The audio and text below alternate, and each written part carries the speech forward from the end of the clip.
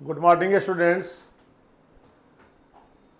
आज फिर से एक बार हम लोग 5 क्वेश्चन को डिस्कस करेंगे, पॉलिटी के 5 प्रश्न को। इसमें पहला प्रश्न है कि राम जन्मभूमि बाबरी मस्जिद का विवाद, जिस पर 2019 में न्यायालय की 5 सदस्यीय खंडपीठ ने अपना निर्णय दिया था, किस प्रकार का निर्णय था, किस प्रकार का मामला था। ये विकल्प है writ petition, title suit, complain for compensation और जुडिशियल रिव्यू। इसी 4 में से उत्तर करना है। किस प्रकार का होगा?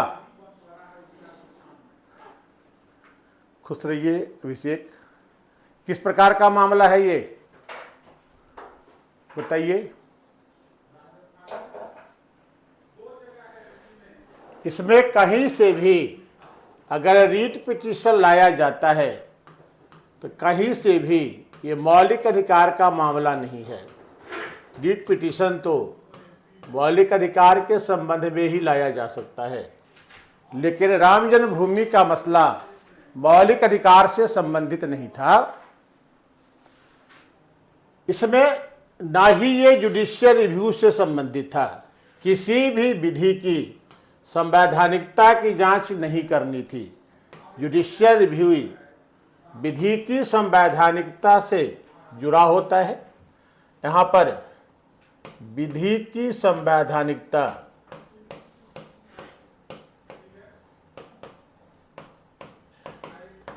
की जांच की जाती है। विधि की संवैधानिकता की कोई विधि की जांच तो थी नहीं है। दूसरी चीज, यहां पर किसी प्रकार का क्षतिपूर्ति का दावा नहीं किया गया था।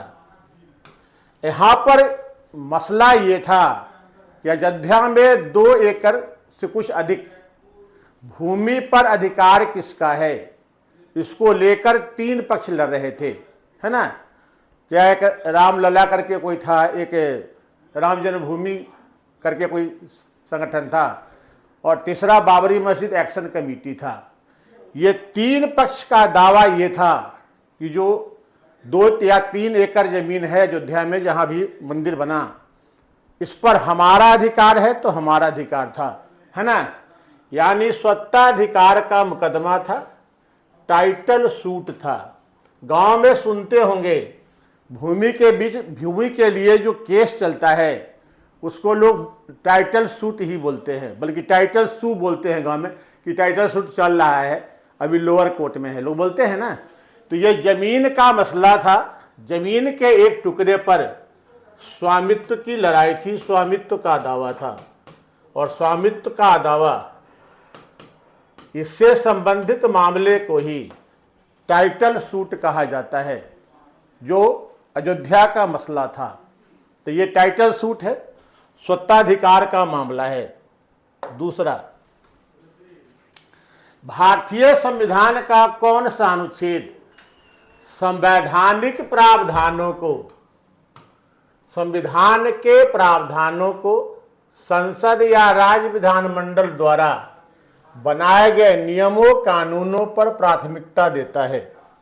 यानी वह संविधान का कौन सा अनुच्छेद है जो संवैधानिक प्रावधानों को वरीयता देता है, किसकी तुलना में? संसद या राज्य विधानमंडल द्वारा बनाए गए कानून की तुलना में अधिक वरीयता दे रहा है। ये जो वरीयता है यहां तो है नहीं। अनुच्छेद 32 रीट से संबंधित है, ये वरीयता नहीं देगा। 245 में किस बात का उल्लेख है? तीनों सूची का उल्लेख है।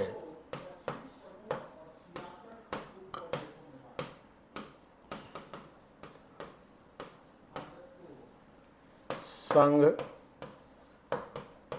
राज्य और समवर्ती सूची, तीनों का उल्लेख है। अनुच्छेद 326 सार्वभौमिक मताधिकार है।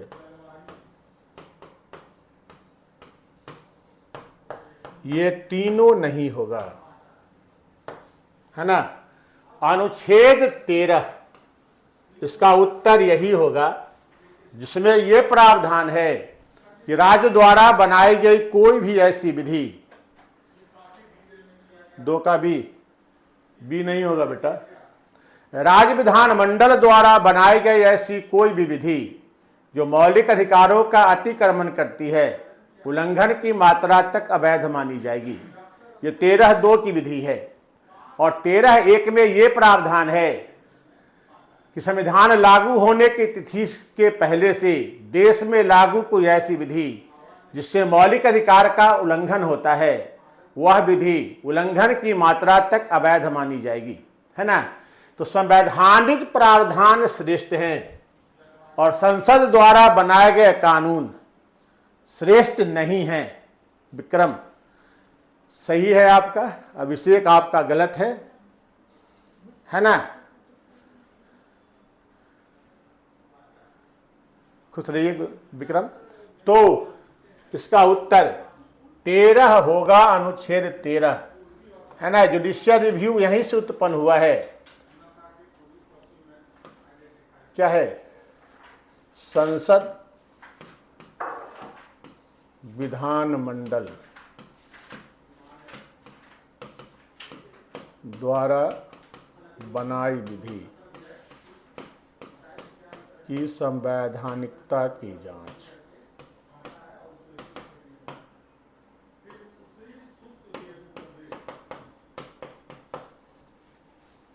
ये संविधान के अनुच्छेद 13 ही संविधान के प्रावधानों को वरीयता देता है और उसके नीचे संसद के अधिनियम या विधानमंडल के अधिनियम को कर देता है। मौलिक अधिकार संवैधानिक प्रावधान है, उसकी श्रेष्ठता यहीं स्थापित हुई है और यहीं से संवैधानिकता को स्थापित, यहीं से अनुच्छेद 13 से ही क्या निकलता है? न्यायिक पुनर्विलोकन, इसी से निकला है ना। तो उत्तर होगा अनुच्छेद 13, जो संवैधानिक प्रावधानों को वरीयता देता है संसद या राज्य विधानमंडल द्वारा बनाए गए विधि के तुलना में। तीसरा,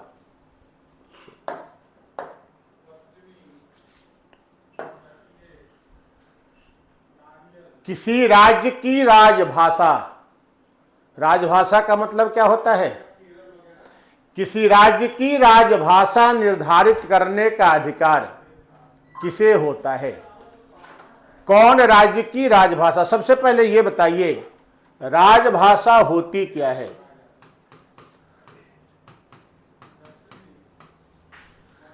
हमने राज्य की राजभाषा पूछा है। किसी राज्य की राजभाषा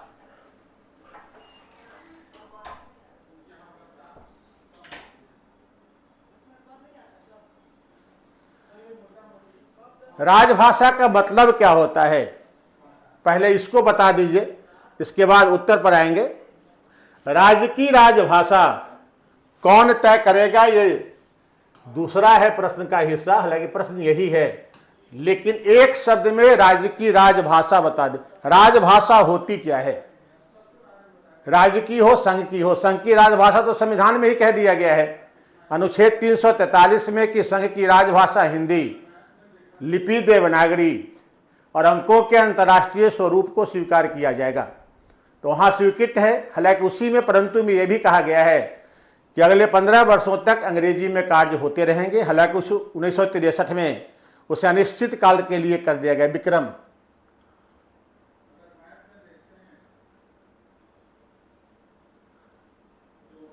संबंधित जिसे चलाने के लिए आवश्यकता होती है, नहीं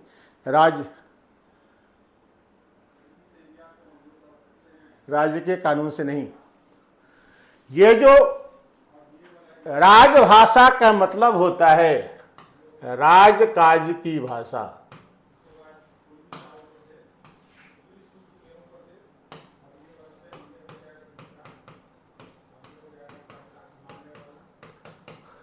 और राजकाज की भाषा का क्या मतलब होता है?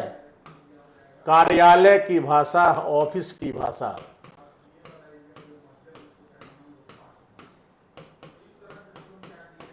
यानी जिस भाषा में सरकार के कार्यालय में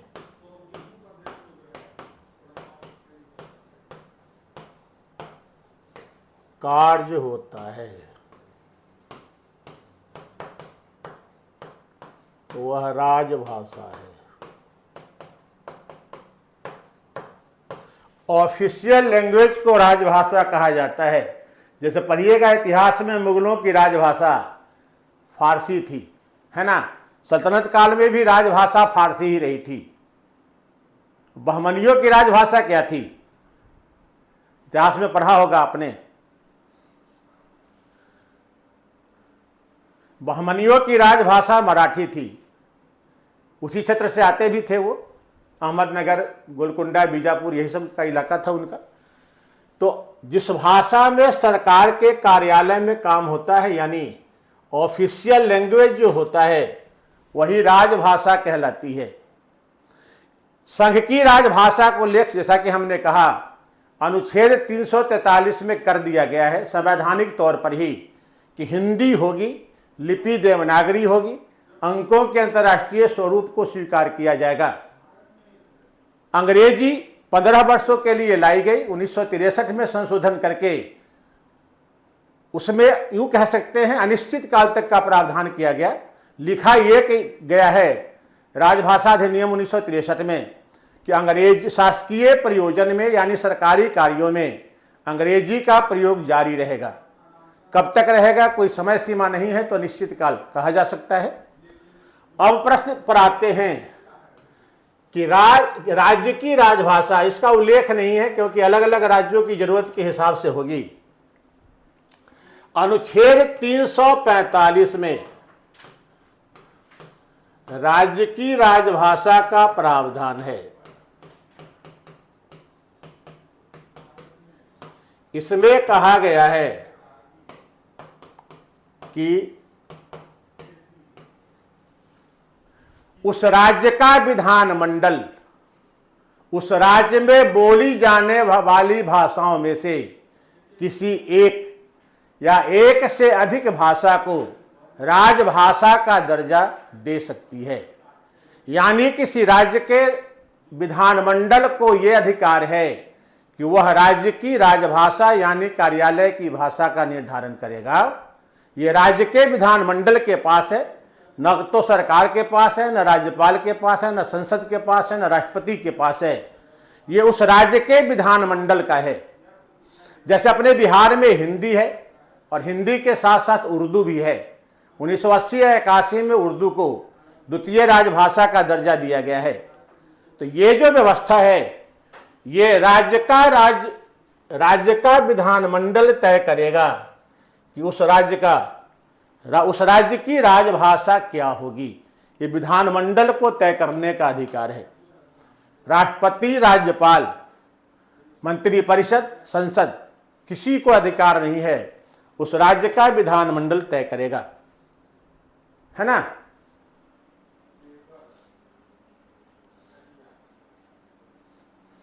तो ये तय जो हिंदी फर्स्ट है, पहली राजभाषा वही है, और 1980-81 यही होगा में उर्दू को द्वितीय राजभाषा का दर्जा मिला है। इस बिहार विधानमंडल ने तय किया है। वैसे ही हर राज्य का विधानमंडल तय करेगा कि उस राज्य की राजभाषा क्या होगी, है ना। तो ये विधानमंडल को तय करने का अधिकार है। न भारतीय संसद को है, न राज्य मंत्रिपरिषद को है, न राज्यपाल के अनुशंसा पर राष्ट्रपति को है। यह राज्य का विधानमंडल तय करेगा।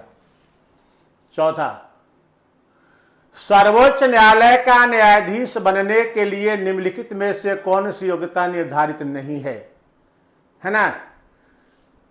4 योग्यताएं हैं। एक तो कि भारत की नागरिकता है, वो कॉमन है, सब में है। नीचे में जो 3 है उसमें से कोई एक होना चाहिए। इस 3 में पहला है कम से कम 10 वर्षों से एक या एक से अधिक उच्च न्यायालयों में लगातार वकालत कर रहा हो। दूसरा, कम से कम 5 वर्षों से उच्च न्यायालय में न्यायाधीश के रूप में काम कर रहा हो। और तीसरा,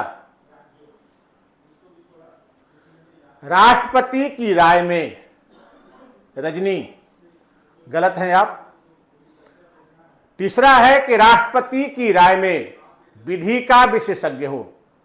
ये 3 प्रावधान हैं। एक भारत की नागरिकता है, नागरिक होना आवश्यक है ना। 3 हैं, कम से कम 10 वर्षों से वकालत कर रहा हो, लगातार कर रहा हो, एक या एक से अधिक उच्च न्यायालय हो सकता है। दूसरा, कम से कम 5 वर्षों से उच्च न्यायालय के न्यायाधीश के रूप में कार्य कर रहा हो। और तीसरा, राष्ट्रपति की राय में विधि का विशेषज्ञ हो। इस 3 में से कोई एक चाहिए। और चौथा, वो नागरिकता वाली चाहिए, है ना। तो एक भारत का नागरिक हो, तीनों में से कोई एक होना चाहिए। अब देख लेते हैं। कम से कम 10 वर्षों से एक या अधिक उच्च न्यायालय में वकालत कर रहा हो, ये तो सही है। कम से कम 10 वर्षों से एक या अधिक उच्च न्यायालय में न्यायाधीश के रूप में कार्य कर रहा हो, ये 10 वर्ष नहीं है ना। कितना है? 5 वर्ष।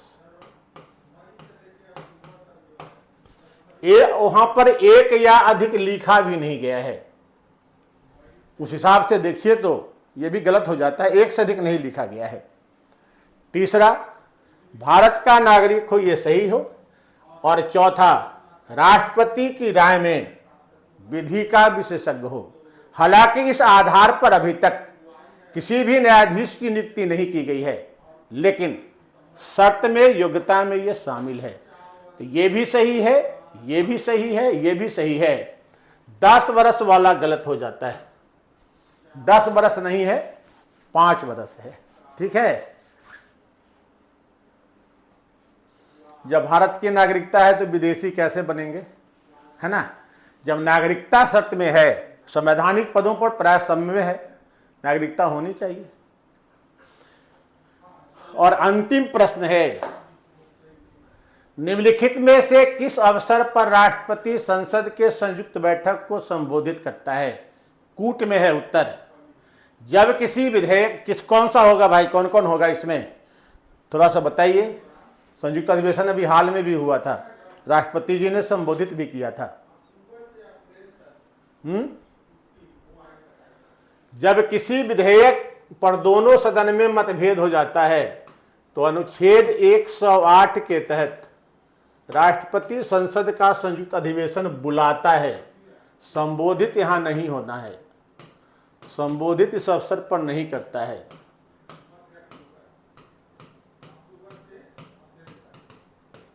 इस अवसर पर संबोधन का कोई प्रावधान नहीं है, संबोधन नहीं होगा 108 के तहत। उस समय विधेयक पर विचार होता है, लोकसभा अध्यक्ष अध्यक्षता करेंगे, उनके न रहने पर उपाध्यक्ष करेंगे, उनके भी न रहने पर राज्यसभा के उपसभापति करेंगे। और फिर मतदान होगा और मतदान के द्वारा डिसाइड होगा कि विधेयक पारित होगा कि नहीं हुआ या नहीं हुआ, अधिनियम बना कि नहीं बना, है ना। इस समय राष्ट्रपति का कोई अभिभाषण नहीं होता है, कोई संबोधन नहीं होता है ना। तो ये गलत हो गया, ये वाला तो गलत है, तो ये गलत है ना। वर्ष का प्रथम अधिवेशन, है ना, इस समय होता है। आप देखते होंगे बजट सत्र की शुरुआत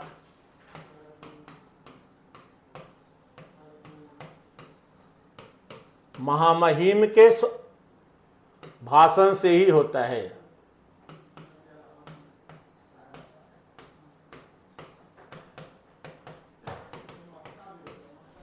ये तो होगा ही। जब नई लोकसभा का चुनाव हुआ है, अभी हाल में हुआ है, संबोधन भी हुआ है ना, ये भी होता है। प्रत्येक 5 वर्ष पर संबोधित करते हैं। यही 2 अवसर है जब संबोधन का संवैधानिक प्रावधान है। वर्ष का प्रथम अधिवेशन जब नई लोकसभा का चुनाव हुआ हो, है ना। तो ये तो सही है, ये भी सही है। उपराष्ट्रपति का चुनाव में संयुक्त बैठक बुलाई ही नहीं जाती है, तो ये तो गलत हो गया। तो केवल 2 और 3 सही है, यही इसका सही उत्तर होगा। 2 अवसर पर ही। अब ये प्रश्न उठता है कि इसी 2 अवसर पर राष्ट्रपति संसद के संयुक्त अधिवेशन को क्यों संबोधित करते हैं। यह असल में राष्ट्र के नाम संबोधन होता है। इसमें यह बताते हैं वर्ष के प्रथम अधिवेशन में कि अगले 1 वित्तीय वर्ष में हमारी सरकार क्या क्या करेगी, है ना। और जब नई लोकसभा का चुनाव होता है, नया जनादेश के साथ नई सरकार सत्ता में आती है, तो राष्ट्रपति देश को बताते हैं कि हमारी सरकार शब्द का ही प्रयोग करते हैं राष्ट्रपति, और ये बताते हैं देश को कि हमारी सरकार अगले 5 वर्ष में क्या क्या करेगी इस देश के लिए, इस देश की जनता के लिए। इसलिए इन 2 अवसरों पर उनका संबोधन होता है, अन्य कोई संबोधन नहीं है। यहां पर विधेयक पारित करने के लिए संयुक्त बैठक बुलाई जाती है, राष्ट्रपति के संबोधन के लिए नहीं बुलाई जाती है ना। ये विशेष प्रावधान है विधेयक को, साधारण विधेयक को, यानी विधि निर्माण से संबंधित विधेयक को पारित करने का, यूं कह सकते हैं असाधारण प्रावधान है। और ऐसा केवल साधारण विधेयक के लिए ही है, जो दोनों सदन के साधारण बहुमत से पारित किया जाता है। संविधान संशोधन विधेयक या धन विधेयक में राष्ट्रपति ने संविधान ने ऐसा कोई प्रावधान नहीं किया है ना। तो यही होगा पहला अधिवेशन वर्ष का जब नई लोकसभा का चुनाव हुआ है। अब एक बार देख लीजिए इसको। राम जन्मभूमि बाबरी मस्जिद विवाद किस प्रकार का विवाद था? टाइटल सूट था ये, है ना। टाइटल सूट, जमीन से संबंधित जो झगड़ा होता है, हम आप जो भी करते हैं, वो भी टाइटल सूट ही कहलाता है। और वहां पर झगड़ा न धर्म का था न राजनीति का था, वहां झगड़ा जमीन का ही था। ये जो लगभग 3 एकड़ जमीन है, किसके मालिकाना हक में जाएगा। बाद में वो राम जन्मभूमि परिषद या क्या नाम था उसको, उसी को मिला। तो ये जमीन भूमि पर मालिकाना हक की लड़ाई थी, इसी को टाइटल सूट कहा जाता है। दूसरा क्वेश्चन था, संविधान का कौन सा अनुच्छेद संसद या विधानमंडल द्वारा बनाई गई विधि की तुलना में संवैधानिक प्रावधानों को वरीयता देता है, उसे श्रेष्ठ बनाता है? तो यह है अनुच्छेद 13, जो ये प्रावधान करता है कि संसद द्वारा बनाई गई या विधानमंडल द्वारा बनाई गई कोई भी विधि जो मौलिक अधिकारों का अतिक्रमण करेगी, उल्लंघन की मात्रा तक अवैध मानी जाएगी। तीसरा, किसी राज्य की राजभाषा तय करने का अधिकार उस राज्य के विधानमंडल को होता है। अनुच्छेद 345 में यह प्रावधान है कि किसी राज्य का विधानमंडल उस राज्य में बोली जाने वाली भाषाओं में से कोई एक या एक से अधिक भाषा को राजभाषा का दर्जा दे सकता है। उसी 345 के तहत विधानमंडल को शक्ति है राजभाषा तय करने का। सर्वोच्च न्यायालय का न्यायाधीश बनने के लिए योग्यता निर्धारित नहीं है। यहां पर यह है, सही है, यह भी सही है, भारत की नागरिकता। और राष्ट्रपति की राय में विधि का विशेषज्ञ होना, यह भी एक प्रावधान है। यूनिवर्सिटी कॉलेजों में एक से एक कानून के जानकार पढ़ाते रहते हैं, लेकिन वो न वकील होते हैं न जज होते हैं, तो उन्हें भी कभी मौका दिया जा सकता है। इसीलिए प्रावधान रखा गया, और केवल सुप्रीम कोर्ट में ही है, हाई कोर्ट में इस प्रकार का प्रावधान नहीं है। हाई कोर्ट में केवल जज और वकील ही बन सकते हैं, है ना। लोअर कोर्ट में 10 साल जज के रूप में काम किए हैं, प्रमोट हो सकते हैं, या हाई कोर्ट में 10 वर्षों से प्रैक्टिस कर रहे हैं तब बन सकते हैं। ये 2 प्रावधान है, भारत की नागरिकता है। लेकिन सुप्रीम कोर्ट के लिए अलग से है कि राष्ट्रपति की राय में विधि का विशेषज्ञ हो, उन्हें मौका मिल सकता है। यहां पर लोअर, अगर हाई कोर्ट में नियुक्ति है तब लोअर कोर्ट में 10 वर्ष न्यायाधीश के रूप में काम करने को योग्यता के रूप में तय किया गया है। लेकिन सुप्रीम कोर्ट के संदर्भ में 5 वर्ष ही है, इसलिए ही विकल्प गलत हो जाता है। यही उत्तर सही होगा। और अंतिम, राष्ट्रपति संसद के संयुक्त अधिवेशन को 2 मौके पर संबोधित करते हैं। वर्ष का प्रथम अधिवेशन और जब नई लोकसभा का गठन हुआ हो, यही 2 मौका है जिस पर संबोधन होता है। पहला जो विकल्प है कि विधेयक पर मतभेद होने की स्थिति में अनुच्छेद 108 के तहत संसद की बैठक बुलाई जाती है, उसमें राष्ट्रपति का संबोधन नहीं होता है ना। तो यही 5 था। कल भी चर्चा हुई थी, आज भी एक बार 1 मिनट और समय दीजिएगा, चर्चा कर देते हैं। पॉलिटी का नया बैच शुरू हो रहा है रुक्मिणी ऐप पर, रुक्मिणी प्रकाशन के द्वारा। ये 50 दिन का टारगेट कोर्स है, लेकिन फाउंडेशन के मोड में ही पढ़ना है। इसके लिए फीस मात्र 499 रुपया निर्धारित किया गया है। यदि आपको लगता है कि पढ़ना जरूरी है, पढ़ने से लाभ हो सकता है, तो आप इस कोर्स से जरूर जुड़िए, लाभ उठाइए और परीक्षा में अपनी सफलता को सुनिश्चित कीजिए। हिंदी मीडियम में है, 14 सितंबर से शुरू हो रहा है। 14 सितंबर से शुरू होगा, 50 दिन में समाप्त होगा। 17 नवंबर को आपकी परीक्षा है, उसके पहले हर हाल में बैच समाप्त होगा। क्लास रोज 1.5 घंटे का होगा, शाम में 7:30 बजे से 9 बजे तक। उस समय घूम फिर कर भी आप लोग चले आते होंगे चाय वो पी के, तो बैठकर क्लास कर सकते हैं। क्लास लाइव भी होगा, बाद में रिकॉर्डेड वीडियो भी आपको मिलेगा। उसको, इसकी वैलिडिटी 1 वर्ष की है और 1 वर्ष तक उसको आप देख सकते हैं, लाभ उठा सकते हैं। आपको स्टडी मटेरियल मिलेगा जो PDF के फॉर्म में होगा, प्रिंटेड होगा। टेस्ट सीरीज, टेस्ट क्वेश्चन मिलेगा। हमने कल बताया था कि टेस्ट टॉपिक वाइज भी होगा, 2-4 टॉपिक को जोड़कर भी होगा, मॉडल टेस्ट भी होगा।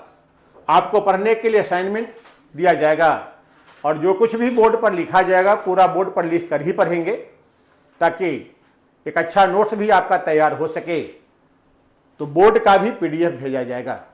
यदि आप कोर्स से जुड़ना चाहते हैं तो मोबाइल वाले इस ऐप को लोड करेंगे और कंप्यूटर या लैपटॉप वाले इसे लोड करेंगे। अगर कोई कन्फ्यूजन है या इंक्वायरी लेना है या कुछ जानना है, पूछना है, तो आप इस नंबर पे कांटेक्ट कर सकते हैं। हम समझते हैं कि इस कोर्स का लाभ आप लोगों को जरूर मिलेगा, यही सोचकर कोर्स लाया भी गया है। तो जुड़िए, है ना। आज इतना ही है। कल फिर 5 क्वेश्चन का डिस्कशन करेंगे, उत्तर तक पहुंचने का प्रयास करेंगे। आज तक के लिए इतना ही, धन्यवाद।